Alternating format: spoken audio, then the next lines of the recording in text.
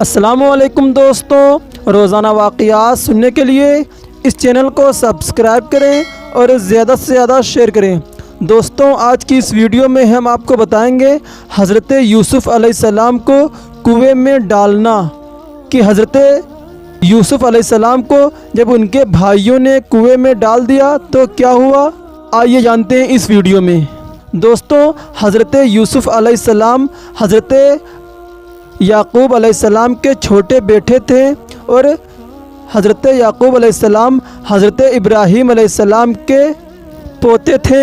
اس طرح حضرت یوسف علیہ السلام حضرت ابراہیم علیہ السلام کے بڑے پوتے ہوئے۔ حضرت یعقوب علیہ السلام کے 12 بیٹے تھے، اور حضرت یعقوب علیہ السلام کے سب سے چھوٹے بیٹے حضرت یوسف علیہ السلام نے ایک خواب میں دیکھا کہ 11 ستارے اور چاند اور سورج مجھے سجدہ کر رہے ہیں۔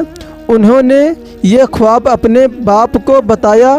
باپ نے حضرت یوسف علیہ السلام کو منع کر دیا کہ یہ خواب اپنے سوتیلے بھائیوں کو نہ بتائیں۔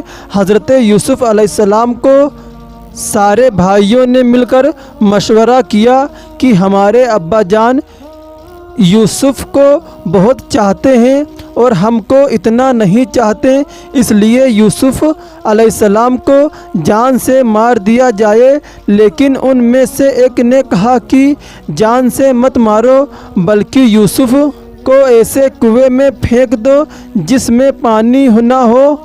سب نے مل کر یہ بات طے کر لی۔ سب بھائی اپنے باپ کے پاس آئے اور کہا کہ آپ یوسف علیہ السلام کو ہمارے ساتھ کھیلنے کے لیے بھیج دیں۔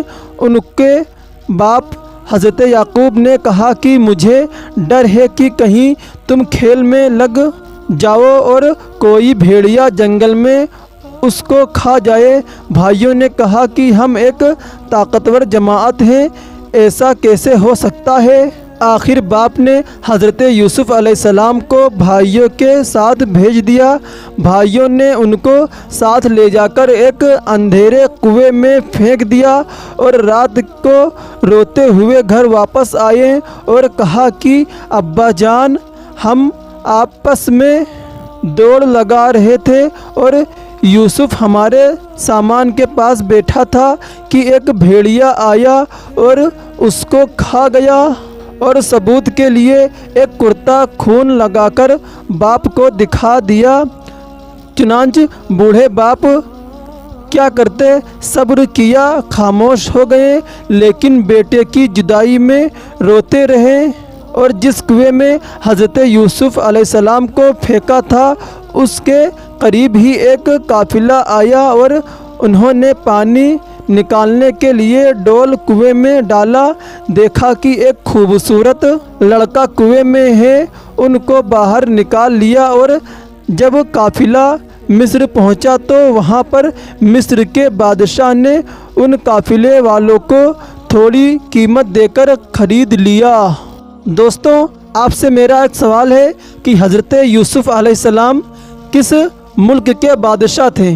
دوستوں، اگر آپ لوگ جانتے ہیں تو پلیز ہمارے کمنٹ باکس میں بتائیں کہ حضرت یوسف علیہ السلام کس ملک کے بادشاہ تھے۔ اس ویڈیو میں ہم آپ کو بتائیں گے کہ حضرت داؤد علیہ السلام اور سونے کا مٹکا۔ جی ہاں دوستوں، حضرت داؤد علیہ السلام اور سونے کا مٹکا۔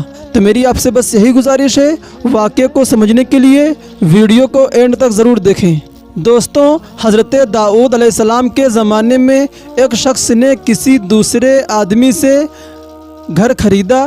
جب بیچنے والے نے وہ گھر خریدنے والے کے سپرد کر دیا تو وہ اس میں رہنے لگا۔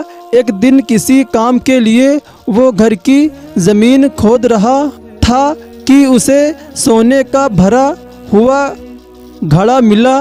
وہ فوراً اسے لے کر بیچنے والے شخص کے پاس گیا اور اس شخص سے کہا، اور مکان مالک سے کہا، بھائی یہ گھڑا تم لے لو، میں نے تم سے گھر خریدا ہے، یہ سونا نہیں۔ بیچنے والے شخص نے جواب دیا، بھائی میں گھر اور جو کچھ گھر میں ہے سب بیچ چکا ہوں، اور اس لیے یہ سونا آپ کا ہوا، آپ ہی اس کے حقدار ہیں۔ خریدنے والے شخص نے کہا، اس کے حقدار آپ ہیں۔ دونوں اسی طرح جھگڑ رہے تھے کہ ان میں سے ایک نے کہا، چلو ہم اپنا فیصلہ حضرت داؤد علیہ السلام کے پاس لے کر چلتے ہیں، اور وہ جو فیصلہ فرمائیں گے ہمیں منظور ہوگا۔ آخر دونوں حضرت داؤد علیہ السلام کے پاس پہنچے اور ساری بات بتائی۔